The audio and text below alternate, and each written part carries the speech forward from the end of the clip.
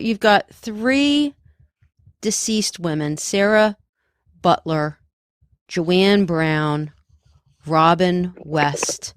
Hmm. In terms of the and that's almost like a reverse chronology. Robin West is murdered on August 31st of 2016. Joanne Brown on October 22nd of 2016. You've got the intervening attack on November 15th of 2016 of Tiffany Taylor when she escapes and calls the police, and nothing comes of it, which really enables him to commit the murder of Sarah Butler on November 22nd of 2016. And Hmm. it's, as you've already described, it's uh, Sarah Butler's, is it her sister and friend who Yeah. essentially are able to get back into her phone, check her dating app, and as we've already said, catfish him while in the police station. And Yeah. again, police then interact with him, and he is able to once again get away. What Hmm. leads to his ultimate arrest later that year? So the police already had him on their radar. It doesn't appear that he was the prime suspect of their investigation.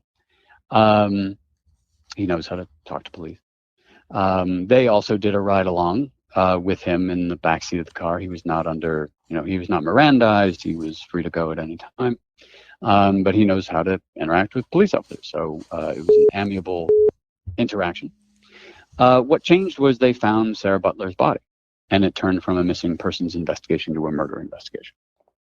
Um, and there are members of Sarah Butler's family and friends of the family who believe that the story in Montclair is the same as the story in Elizabeth and Union Township, where the Montclair Police Department did not take the case seriously because Sarah Butler is black, that they futzed around, that they weren't doing a good job investigating. I don't have enough to I don't have enough to prove that they are right or wrong. I do know that when Montclair Police Detective Falaise testified in trial, he gave extensive testimony and backed it up with documents about steps they took during the investigation, including he himself, I believe, doing that ride along with Wheeler-Weaver on Thanksgiving Day. So at least according to the evidence that became public in court, it appears the Montclair Police Department did a lot. Mm-hmm. Unfortunately, and maybe was kind of categorically different than, say, Elizabeth, which really screwed this case up. Mm-hmm. But we don't know everything. The family declined to speak to us. To my knowledge, they've declined to speak to all journalists about this case. So it's entirely possible that they know things that I don't. Right, right.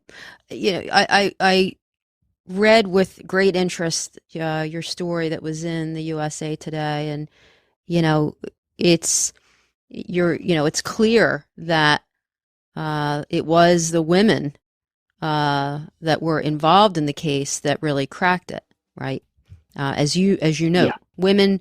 yeah, Police absolutely. didn't crack the case. Women did. Women who had never investigated a murder in their lives. Robin West's Yes. friend, Miss Patterson, recording the license plate. Hmm. Joanne Brown, despite being a victim, called her friend, which they were able to then later, see on his phone records as to where she was. Significantly, Sarah Butler's sister and friend finding evidence, right? Her discarded hair extensions, and by Hmm. then, tracking him down on the app and meeting up with him. All of those things showed that they were hunting him, and ultimately Yes. led to his arrest and ultimate conviction. Yeah, the women in this case were incredibly brave and resourceful, doing things that police officers didn't have the time or the resources to do, or in some cases to their shame, didn't have the inclination to do, stopping Wheeler-Weaver before he was able to kill more women. And I think the widely shared regret is that had the Elizabeth Police Department taken Tiffany Taylor more seriously, maybe been alerted to her would-be killer sitting in his car 100 feet away watching them, Sarah Butler might have survived. Right. And never been attacked. Yeah. So he's arrested. He's indicted in Essex County, I think in February of 2017. And as we all know, the wheels of justice spin slowly. He's ultimately brought before a jury, and they find him guilty on December 19th of 2019.